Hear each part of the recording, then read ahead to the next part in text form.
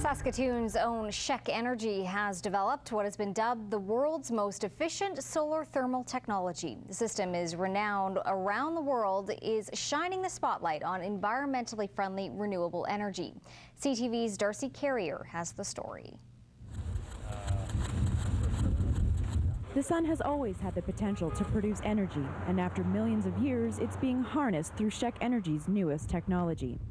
It may not look like much to the average person, but this reactor, built on results of SHEC's decade of research, has the potential to power several applications and at half the cost of competing energy companies. What we can do is we can collect energy from the sun with a really very high efficiency, and we can apply that energy for power generation, for steam generation, for chemical processing, for a number of industries. The reactor, also known as a solar array, can produce up to 25 kilowatts of energy.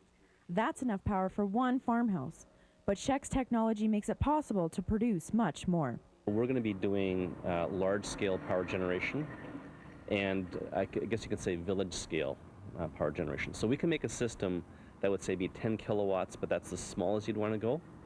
And we can make it big enough to power Saskatoon, to power any major city of the world. The initial cost of installing a reactor is large, but once energy is being produced, it costs very little because the sun is doing the work.